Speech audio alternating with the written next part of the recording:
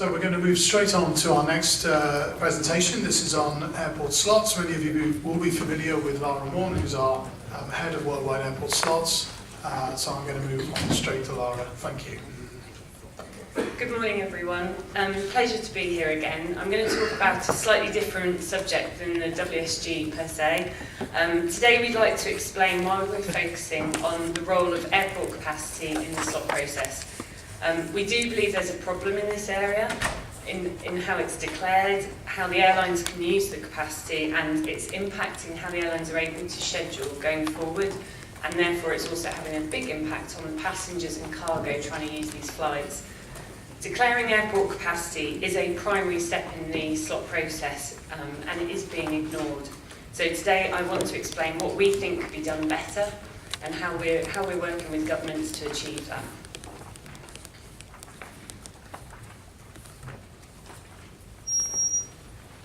Building airport capacity is a long-term project, and we need to manage effectively the capacity that currently exists. All the forecasts are predicting that we're entering a capacity crisis and that there's insufficient capacity to deal with the demand that's presented to us. We've already seen forecasts that mean that we're not going to be able to meet all consumer demand if something's not done in the long run. But is there more that could be done even now, in the short run today? We've seen regulators looking for solutions, but we're concerned that they're focusing on the wrong area. The European Commission has spoken to us at length about finding additional capacity for Europe against the backdrop of mounting delays and a horrendous summer performance.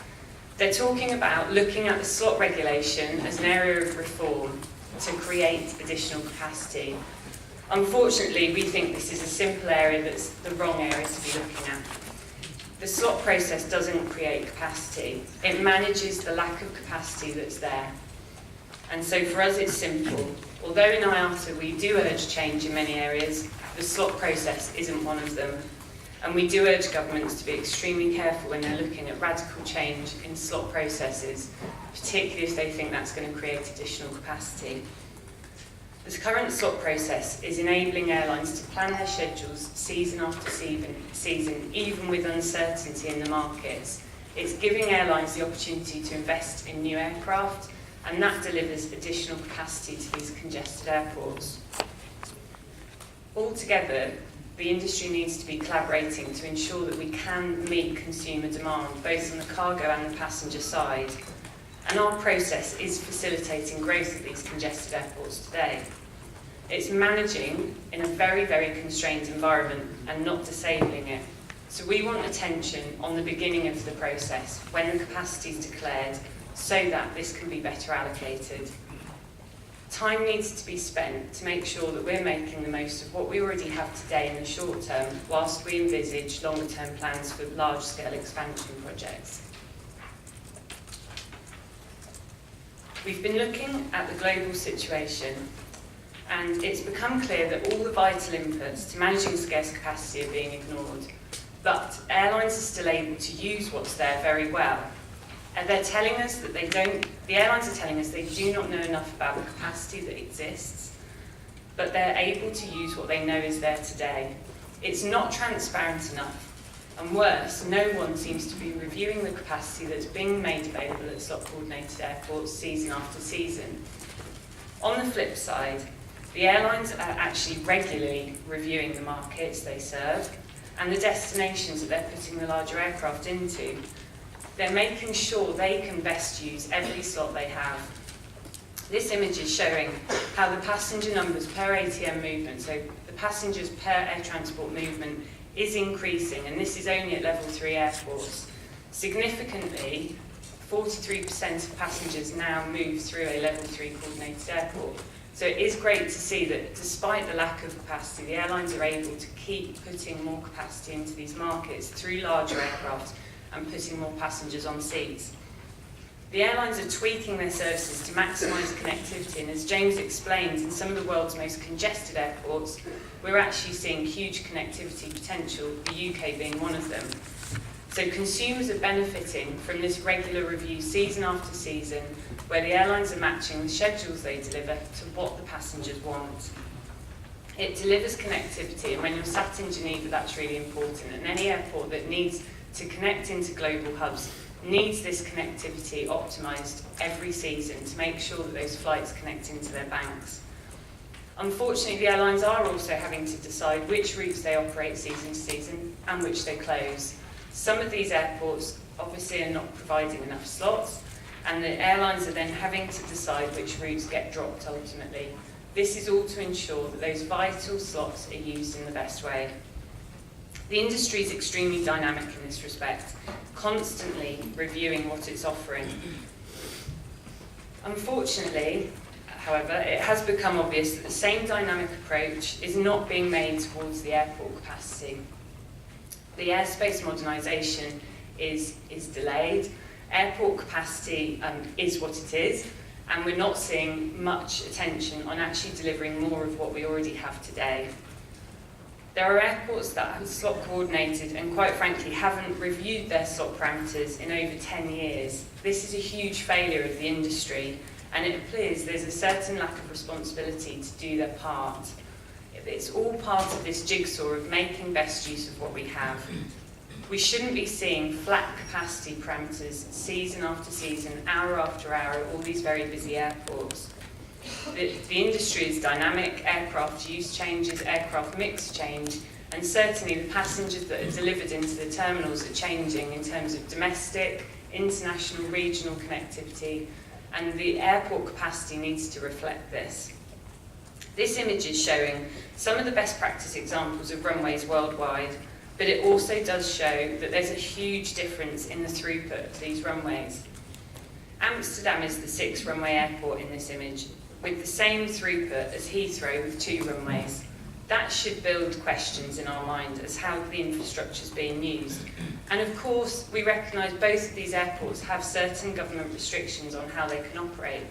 But why are we not doing more to question those limits imposed and look at what the potential is to grow, even with the existing infrastructure we already have today?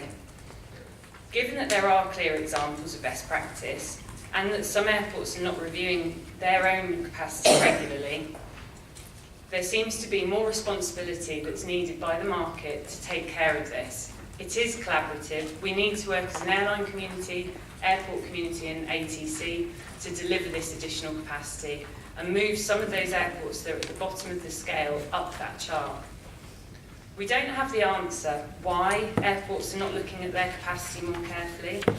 We can only warrant some suggested answers. Is it because privatised airports are happy to allow the airlines to maximise the use of their slots, putting more passengers on each movement and allowing that revenue to come in without having to spend costly sums on their own infrastructure?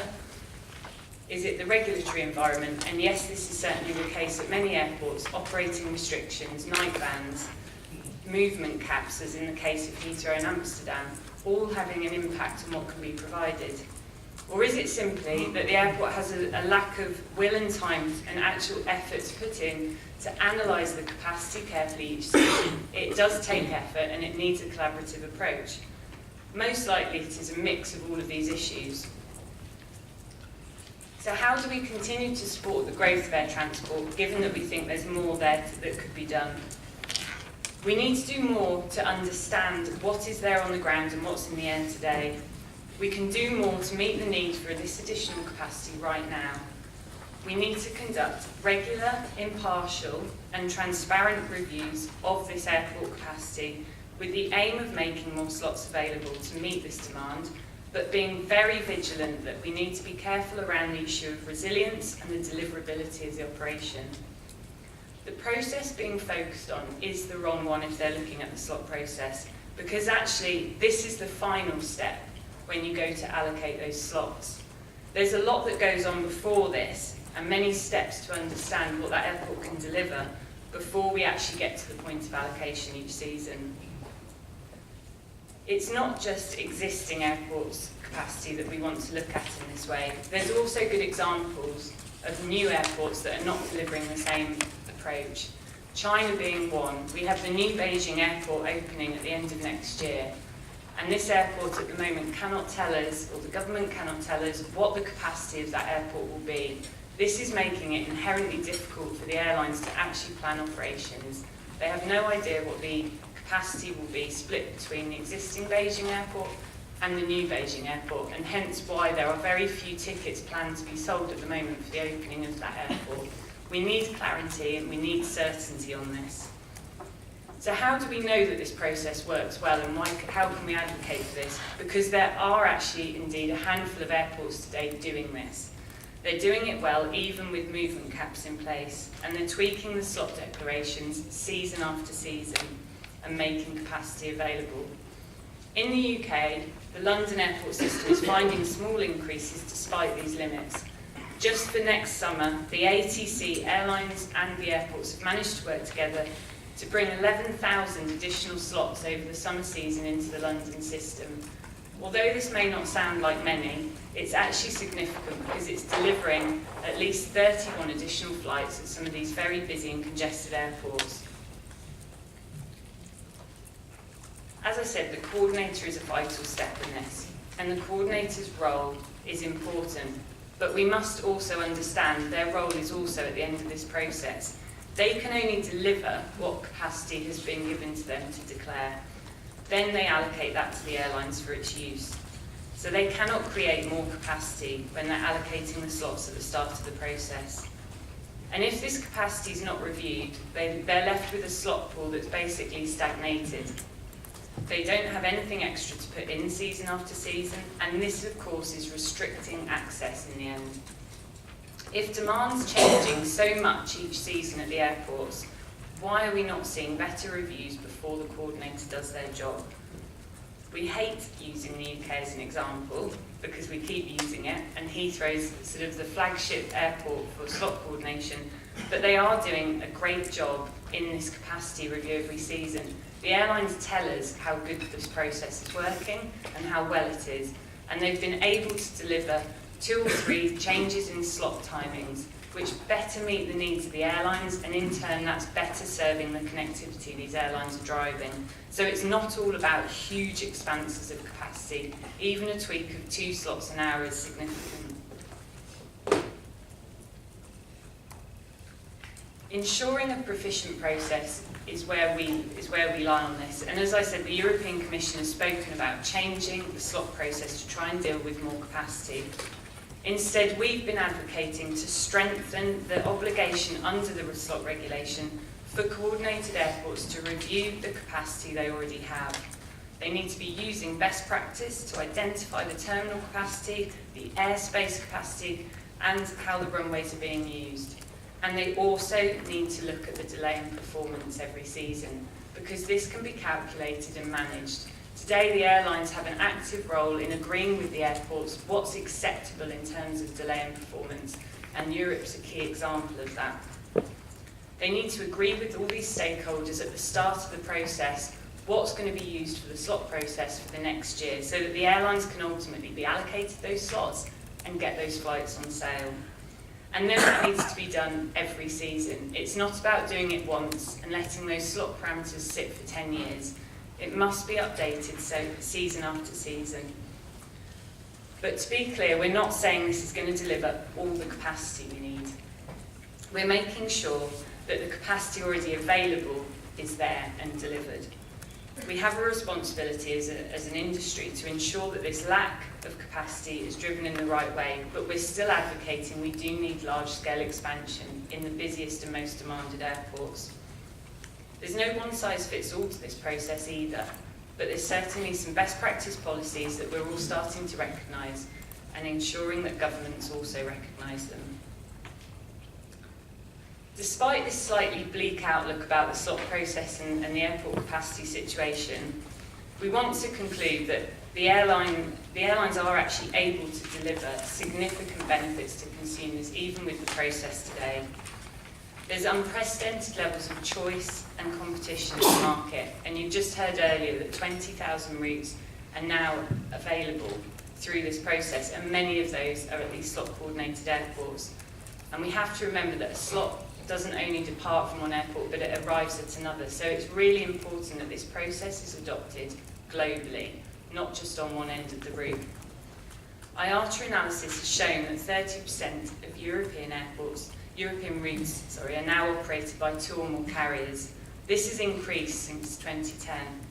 This is impressive because given these airports have got more and more congested under this period, we can also see 144 million passengers were added at these airports in the same period. Research by ACI has shown that low-cost carriers and full-service carriers are now competing on intra-European pairs with 55% of the seat capacity. That's gone up dramatically since 1997, which is 10 years ago in the figures, when it was only 12%. And even more significant, city pairs between Europe and the rest of the world that delivers this vital connectivity have nearly doubled in 10 years, despite Europe being the home of 50% of the world's slot-coordinated airports. The evidence is really clear. The process for managing the scarce capacity and allocating it is working, and it's continually reviewed to ensure it does. We're working with the airports, the coordinators, in a strategic review of the worldwide slot guidelines, and the declaration of capacity is one of the areas being looked at. The process today is facilitating entry, and so it really is vital that the slots that could be made available are there to allow that entry. We have low-cost carriers as well as full-service carriers enjoying the benefits of being delivered this capacity season after season. But if there is a problem with access to airports, unfortunately it does lie in the lack of slots. And if there is a problem with airlines being able to get the schedules they need to operate to meet the consumer demand that's there, it's again because there's a lack of capacity being presented into the process. So all we're asking is to make the most of that initial first step. Long term, we do need still costly, timely and cost-efficient large-scale expansion. We need to modernise airspace, but given how important it is today to get the slot process allocating what actual capacity there is, we're asking governments to really pay attention to this vital first step. We all can be doing more to ensure that it happens, and we must be seeking regular, consistent and transparent analysis to really understand the full potential of each airport. This is what's going to create opportunity for growth, even at today's most congested hubs globally. And there really is a need to also understand the performance so that we're not harming the resilience these airports offer. It's not a magic solution. As I said, the slot process cannot deliver more capacity, but it's the best way of managing what's there today.